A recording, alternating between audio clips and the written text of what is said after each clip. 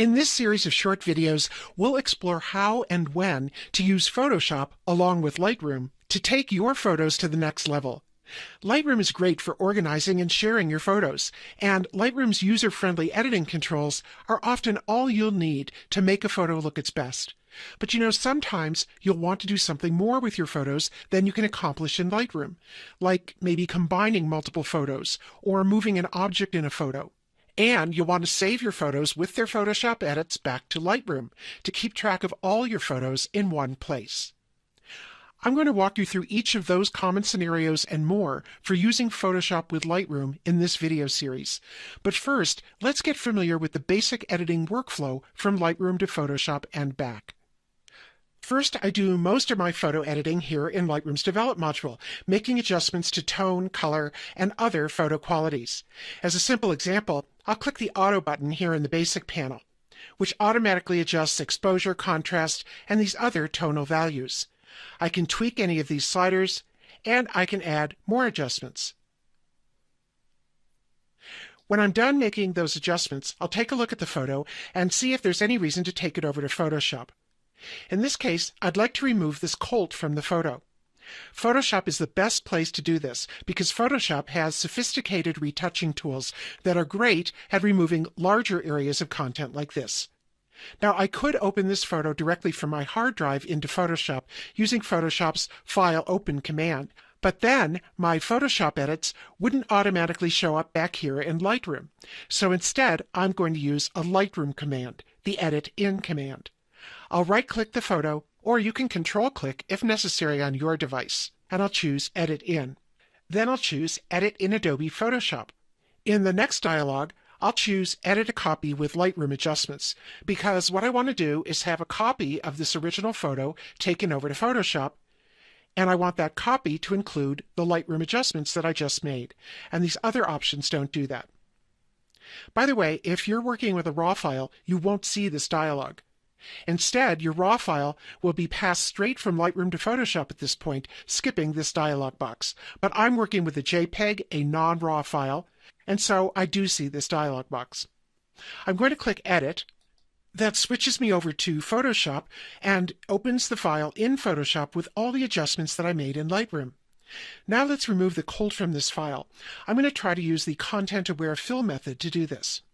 I'll select one of the selection tools in the Tools panel. I'll go with the Lasso tool, which draws free-form selections, and then I'll move over and I'll draw a selection around the colt, making sure to include a little of the surrounding area.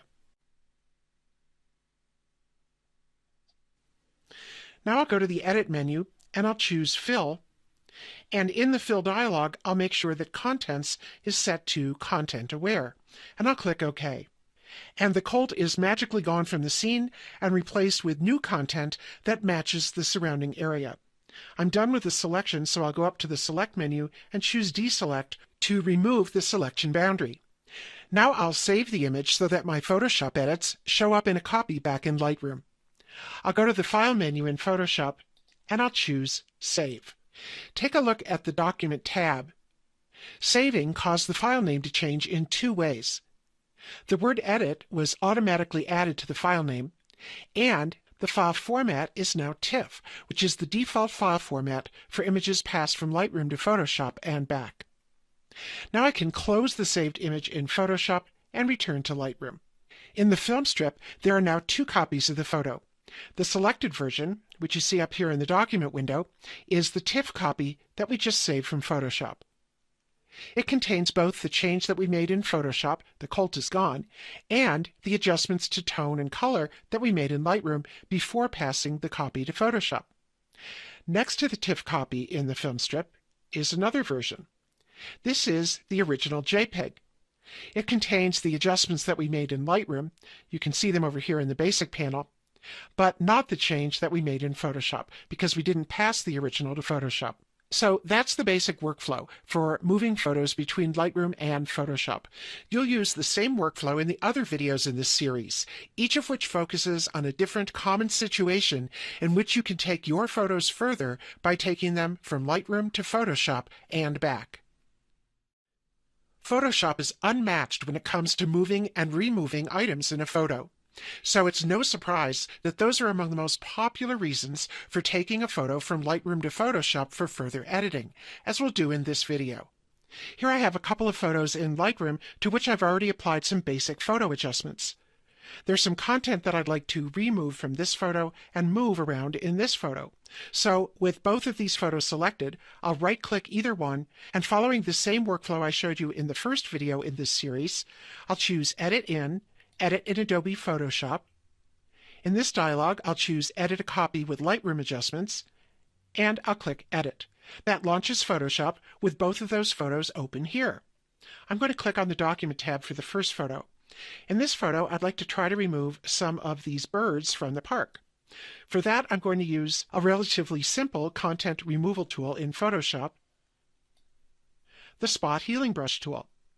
I'll move into the image, and with a brush tip that's just a little bit bigger than one of these birds, I'll click on the bird to remove it. I'll click on the shadow too, and I'll click on these other birds. I can also click and drag with this tool to remove multiple birds at once. And I'll take care of these birds as well. This tool does a great job of hiding content like this, but sometimes the spot removal tool may not be all you need. One of the benefits of removing content in Photoshop is that you have multiple tools to choose from. So let's try out one other tool. I'll go over to the Tools panel, I'll click on the Spot Healing Brush tool, and this time I'll choose the Patch tool. Up in the Options bar for the Patch tool, I'll make sure it's set to Content Aware. And then I'll move into the image, and with this tool I'm going to click and drag a boundary around the area that I want to remove. And I'm including a little of the grass inside this boundary as well, which is important to get the best result. When I get back to the beginning of my boundary and release my mouse, that creates a selection. I'll click and hold inside the selection, and I'll drag to another part of the image. And notice that as I do that, I can see inside the original selection what content is going to be used as a patch. I'll release my mouse, and Photoshop does its best to blend the resulting patch with the surrounding area. I don't need the selection anymore, so I'll go up to the Select menu and I'll choose Deselect. I'm done removing content here in Photoshop, so I want to save the photo so that it automatically appears in Lightroom. To do that, I'll go to the File menu and I'll just choose Save. As I explained in the first video in this series, that saves a copy of the file in the TIFF format with Edit appended to the file name. Now let's take a look at the other open image. Here, rather than remove content, I'd like to try to move some content. So I'm going to use a different tool. I'll go back over to the Patch tool, and from the same menu, I'll choose Content Aware Move tool. With this tool, I'll draw a boundary around the object that I want to move, this baby horse. And as I did with the Patch tool, I'm including a little bit of the surrounding grass inside of my boundary.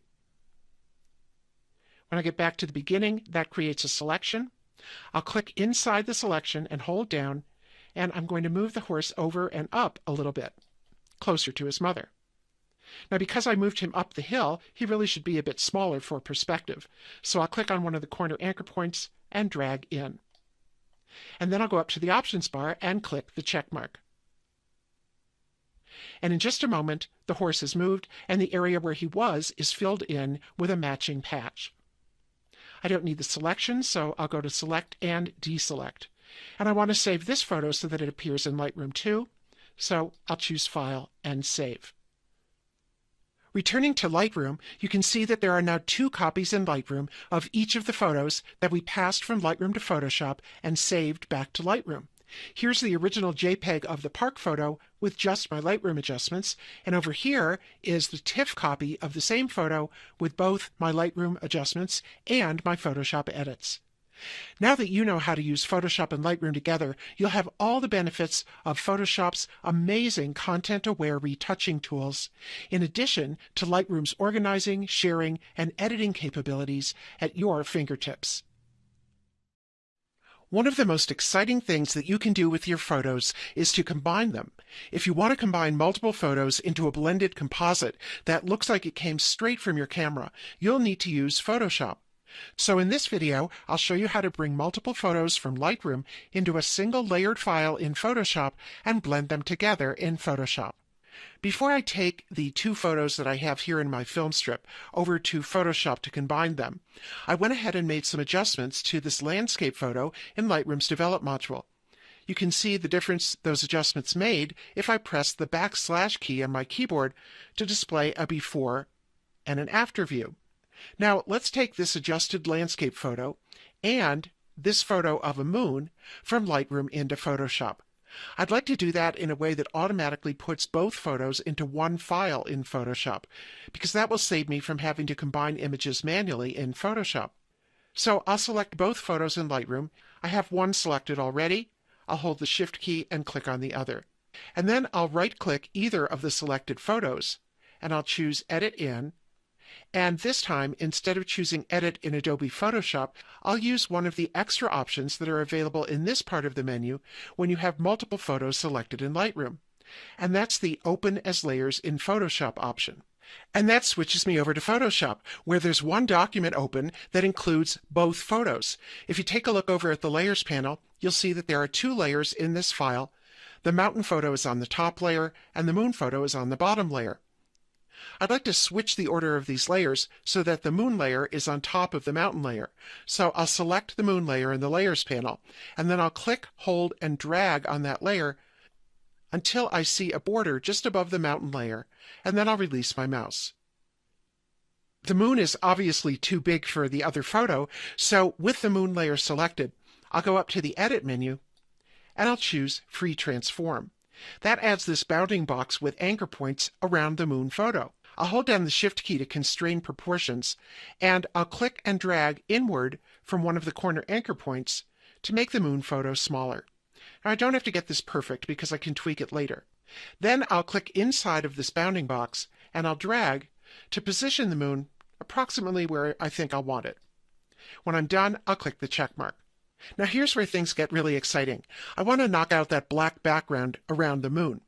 The easiest way is to try to use layer blend modes. So with the moon layer selected in the Layers panel, I'll go up to the Blend Mode menu, the one labeled Normal to start, and I'll click there, and here I see a whole list of blend modes that I could apply to change the way the colors in the moon layer interact with the colors on the mountain layer below. Now, I could just select these one by one, but a faster way to try each one out on a photo is to do this. I'll click off the menu, and then I'll select the Move tool in the Tools panel, and I'll hold the Shift key down as I press the plus key on my keyboard.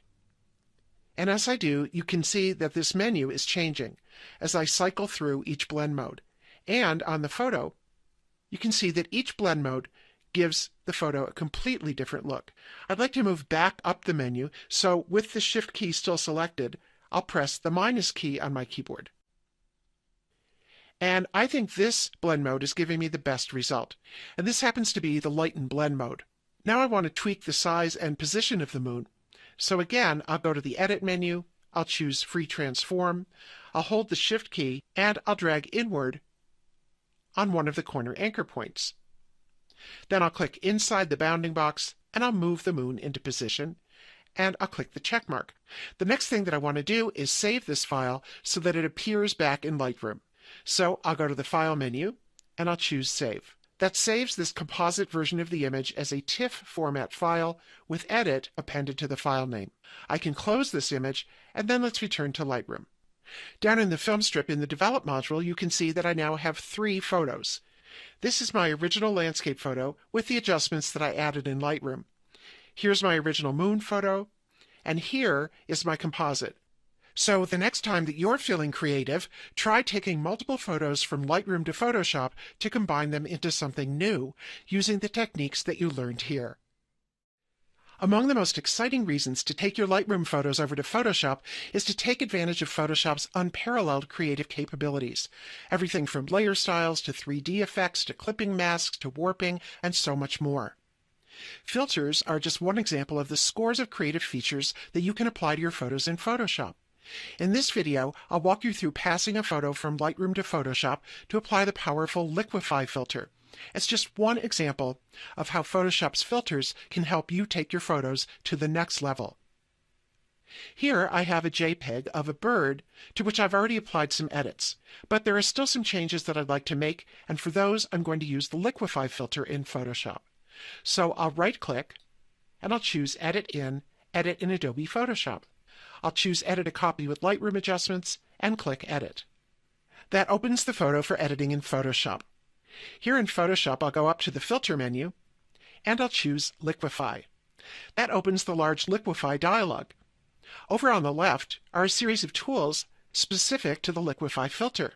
I mentioned that I'd like to try to widen the bird's eye, so I'm going to go for this tool, the Bloat tool. I'll move into the image, and I want my brush tip to be a little bit bigger than the bird's eye. If it isn't, you can resize your brush using the size slider over here, or you can use Photoshop's keyboard shortcuts for changing the size of a brush tip, pressing the right bracket key to enlarge a brush tip or the left bracket key to make a brush tip smaller. Now, to make the bird's eye a little bit wider, I'm going to click and hold for a second, and that puffs up the bird's eye. Let me do that again so you can see it. I'll click and hold, and the bird's eye puffs out. Now, I think that's too much, so I'm going to use another one of the Liquify tools, the Pucker tool, which has the opposite effect. I'll select the Pucker tool, I'll move into the image, and I'll click and hold for a second, and the bird's eye looks just about right now. Let's take a look at another tool, the Forward Warp tool. I'm going to use this tool to push in this bump on the bird's head, just pushing that bit of content in. That looks a lot better. I'll go around the back of the bird and I'll do the same thing back here. Now this time I need a smaller brush tip, so I'll press the left bracket key a couple of times, and then I'll just push in.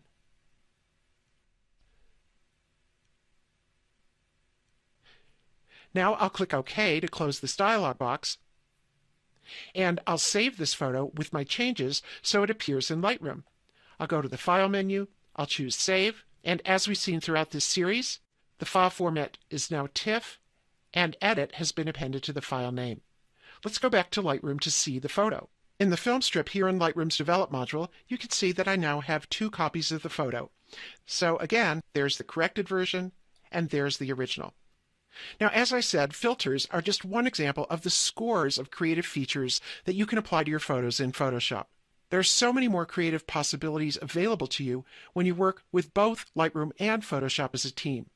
And Adobe's exciting creative mobile apps, Adobe Fix, Adobe Mix, and of course Lightroom Mobile, expand those possibilities even further. Adding text to a photo is a great way to personalize a photo. In this video, I'll show you how to bring a photo from Lightroom into Photoshop to add some text there. And we're going to add one more step to our typical Lightroom Photoshop workflow for this project. We'll learn how to return to Photoshop from Lightroom a second time to edit the text on our photo again. Before taking this photo over to Photoshop to add text, I'm going to add a preset to it here in Lightroom's Develop module. I'll go to the Presets panel here on the left side of the Develop module. As I hover over presets here, I can see a preview of each in the Navigator panel at the top of the column on the left. I like this preset, so I'll click on it to apply it to the photo. Next, I want to add some text, and that's something you can't do easily in Lightroom, so I'll bring the photo into Photoshop. I'll right-click on the photo, I'll choose Edit in Adobe Photoshop. And in this dialog, I'll choose the first option, Edit a Copy with Lightroom Adjustments. I'll click Edit. That switches me over to Photoshop, with the file open and ready for editing. In the Tools panel, I'll select the Horizontal Type tool. I'll go up to the Options bar to choose a font, and if you're following along, you can choose any font you like, and a font size, and I'll leave the font color at its default of black. I'll move into the image and I'll type.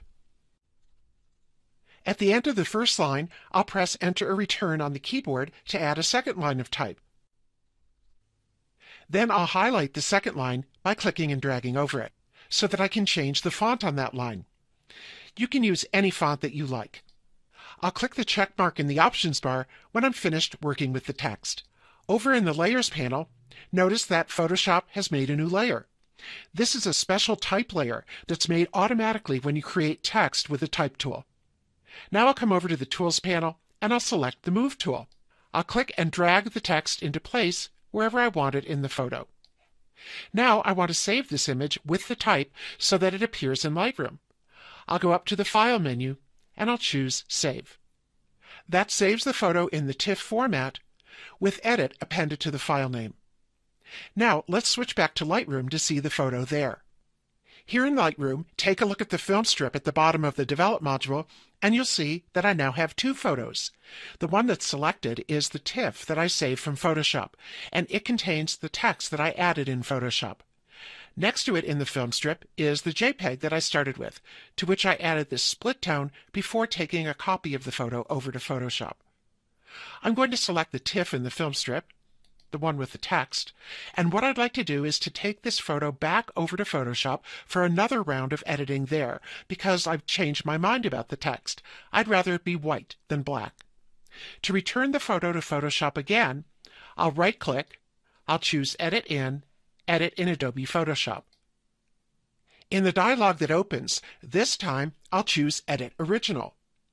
This is the best choice to make when you have a file that has layers in Photoshop and you want to access those layers back in Photoshop. By contrast, if I chose Edit a Copy with Lightroom adjustments, I would have just a flattened copy to work with in Photoshop. So I'll choose Edit Original.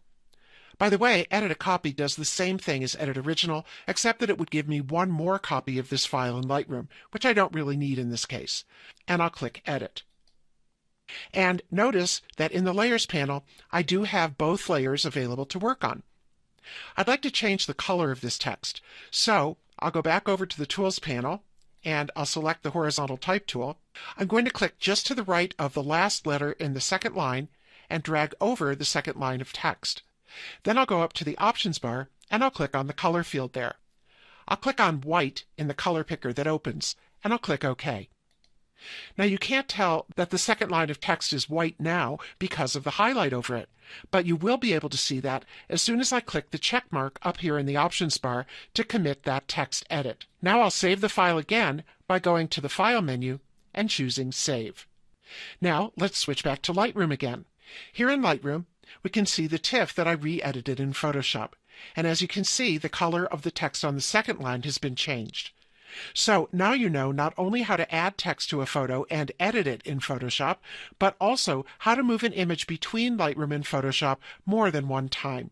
By the way, you can use the Edit Original option to re-edit not only type layers in Photoshop, but any layers that you add to a photo in Photoshop during a Lightroom Photoshop workflow.